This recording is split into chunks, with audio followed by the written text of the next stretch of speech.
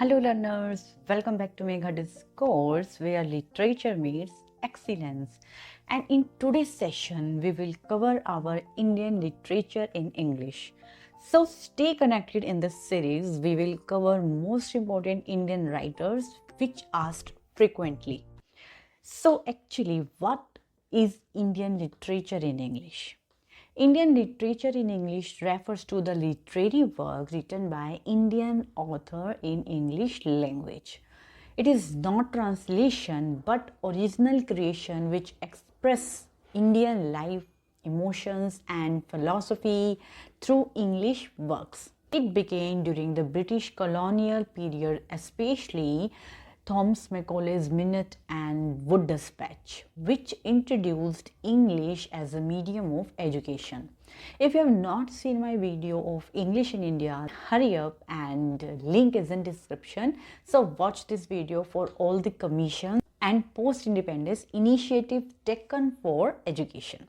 So at first, Indian writers used English language to reach educated audiences, but gradually it became a voice of their own identity and resistance. So the earliest figures include Raja Rao, Mulk Raj Anand and R.K. Narayan, and we have later Nissim Ezekiel who modernized into English poetry. So in this video we will cover these writers and hope so. If you like this video, then I will make another video in this series. So our first and foremost writer is Nissim Ezekiel. He was known as the father of modern Indian English poetry. He was born in Mumbai in a Jewish family and he studied philosophy at Mumbai University. And he absorbed modernist influence like T.S. Eliot and W.H. Auden. So when he returned to India, he became a teacher, editor and critic, and most importantly, the voice of urban India in poetry. He got Sahitya Academy Award in 1983 for Latter-day Sahm.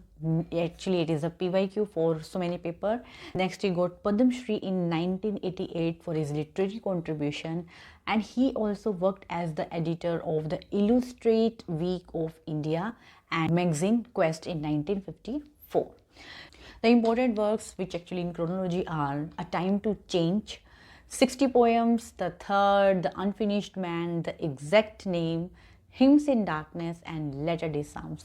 So these are his important works and these are actually the collection of his poems. And his important poems are Night of Scorpion, which is based on mother suffering from a scorpion bite. Actually it is a superstition. The next we have The Patriot, which is irony and self-mockery of false heroism. And he wrote like, I am standing for peace and non-violence. Actually it is a self-mockery. The next he wrote Goodbye Party for Miss Pushpa T.S. Actually his humorous poem and showing Indian English tone. Here he wrote like progress is progressing, teetotaler, these kind of phrases. And the next is Enterprise, Background Casually, Entertainment. So these are some important poems he wrote. His central themes are search for identity, alienation, urban realism, Indian speech pattern and spiritual quest. The next writer we have R.K. Narayan, the storyteller of Malgudi. So R.K. Narayan, he was one of three great pillars of Indian English literature, Indian English fiction alongside Mulk Raj Anand and Raja Rao. I had already made a short video, so go to description box, at link there, click it and know about this writer. So R.K. Narayan, actually he was born in 1906 in Madras and best known for creating the fictional town of Malgudi, is a mirror of everyday Indian life. Actually his story don't shout, they whisper, and what they whisper about the ordinary man hope and the failure and their quiet triumphs. So Narayan writing style is known for its simplicity, humor and realism. It brings Indian middle class life alive through English. He got Padma Bhushan in 1964, Padma Vibhushan in 2001, Sahitya Academy Award for The Guide, which is important work, and he was nominated for Nobel Prize many times. His works were adapted for TV, for especially the important Malgudi days. Important works are in chronology like Swami and Friends, written in 1935, his debut novel about Swaminathan, who is a schoolboy in Malgudi. The next he wrote The Bachelor of Arts, about the growth of a young man in pre-independence India. The next he wrote The Dark Room. It is actually a feminist undertone. Savitri, who represents a woman protest against patriarchy. The next he wrote The English Teacher, important one. Actually it is a semi-autobiographical in which Krishna seeks spiritual connection after his wife's death. And the next he wrote Mr. Sampath and the Financial Expert, important one, in which he has Maragya, the moneylender, symbolizes the greed and the human folly. The next is The Guide, his masterpiece. Raju, the Buddhist guide who become a reluctant saint, and here is a movie on The Guide. So for the first time he was making a genuine effort without motive. So he has theme of redemption, spirituality and human transformation. The next major writer we have A.K. Ramanujan, the poet of roots and identity. So A.K. Ramanujan, actually the poet of memory, roots and cultural duality. He was a poet, scholar and translator who born in Mysore. He wrote in English and Kannada language and blending Indian tradition with modern sensibility. He later became a professor at University of Chicago, where he introduced Indian literature to the world. He got Padma Shri in 1976, Sahitya Academy Award in 1987 for his collected poem. It is actually the collection of his poems. Then he got MacArthur Fellowship, and he was a renowned translator for ancient Tamil and Kannada poetry, like Speaking of Shiva and The Interior Landscape, important work. He wrote The Strides in 1966, then he wrote Relations in 1971, then he wrote Selected Poems, Second Side and the Collected Poems. These were actually the poems collection, and his famous poems are A River, Obituary and Self Portrait and Small Scale Reflection on a Great House.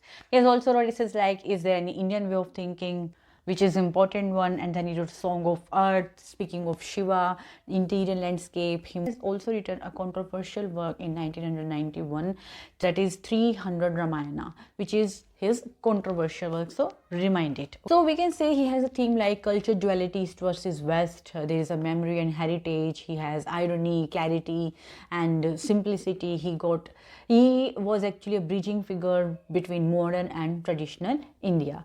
So regarding his poetry, which flows between two words, memory and modernity, he reminds the root may change soil, but they never die. The next we have Kamala Das, Kamala Suraya, who was born in 1934 in Kerala. She wrote both in English and Malayalam under the pen name Madhuvika Kutti, important one. She was known as the Indian Sylvia Plath because her poems reflect the inner struggle of women, love, desire and selfhood.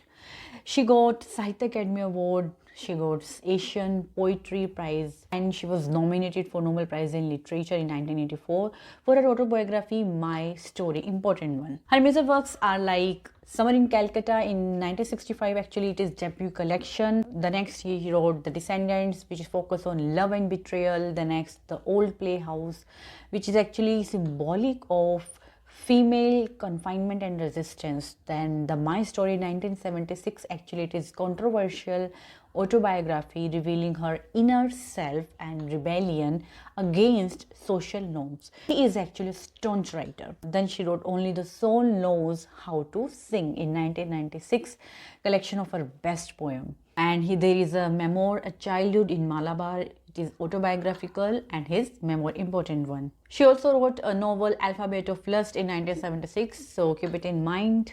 Her important poems like An Introduction and The Looking Glass, The Freaks. So these are important, so feministic point of view, and we can get feminine identity and sexuality, confessional tone, rebellion against patriarchy, and she used Malayalam idioms and imagery in English poetry. So these were the theme and the style of Kamala Das. So Kamala Das gave Indian women a poetic taste, a poetic voice that trembled, burned and finally rose free. So another writer we have Chaman Nahal, important one, the humanist voice of Indian partition. Actually, he is the novelist who turned Indian partition into a story of human emotions, pain, and hope. So, Chaman Nahal was born in Sialkot, Punjab. He lived through the horrors of partition in 1947, which deeply influenced his writing. So, he was known as the Indian Graham Greene. He combined humanism with realism in fiction. And he was the professor of English in Delhi University and a strong promoter of Indian English fiction. He got Sahitya Academy Award for Azadi, Net PYQ, and frequently asked work. We have some major works like My True Faces, a psychological study of identity. Then he wrote Azadi, his masterpiece, dealing with Indian independence and partition through the life of Arun. We have themes like nationalism, dislocation, and religious violence in this work. Next, he wrote The Crown and the Loincloth and The Salt of Life and The Triumph of the Tricolor, which continues the Gandhian story. He wrote Akela Children Collection, and he wrote a memoir which is Silent Life. And he also wrote English Queens and Sunrise in Fiji. So these are some important works of Chaman Nahal, but keep in mind about Azadi. We can say that they are not about history, they are about hearts that broke and still hoped for good thing. The next and the last we have Arun Joshi. Arun Joshi is known as the existential voice of Indian fiction. He was exploring loneliness, morality, and meaning in a changing world. So Arun Joshi was born in Varanasi. He studied engineering in US and later worked in industry, but his heart was philosophical, so his novels reflect existentialism. He got Sahitya Academy Award for The Last Labyrinth, important one, and his work are often compared with Albert Camus and Dostoevsky for existential depth. So his major works are The Foreigner, written in 1968, which is actually, we have the central character Cindy Orboy, a man alienated from love and society. So it has theme like rootlessness and emotional detachment. The second, he wrote The Strange Case of Billy Biswas, 1971, important one, and Net PYQ. So Billy Biswas actually an anthropologist, and he leaves modern civilization to join tribal life. The next, he wrote The Apprentice, which is a moral confession of a corrupt bureaucrat. Then The Last Labyrinth, which won Sahitya Academy Award, explores spiritual emptiness. And the next, The City and the River in 1909, which is a political allegory of a dictatorship and spiritual freedom. And he has a short story which is The Only American from Our Village. So these are some important work written by Arun Joshi. Arun Joshi made fiction a mirror where every reader meets his own loneliness. So it's all about our today's lecture, in which we have covered these important writers, and hope you like this video. So do not forget to like, share and subscribe my channel. We will cover more writers in our next video. Stay connected and stay tuned for more updates. Bye bye, take care and do your best for your exam.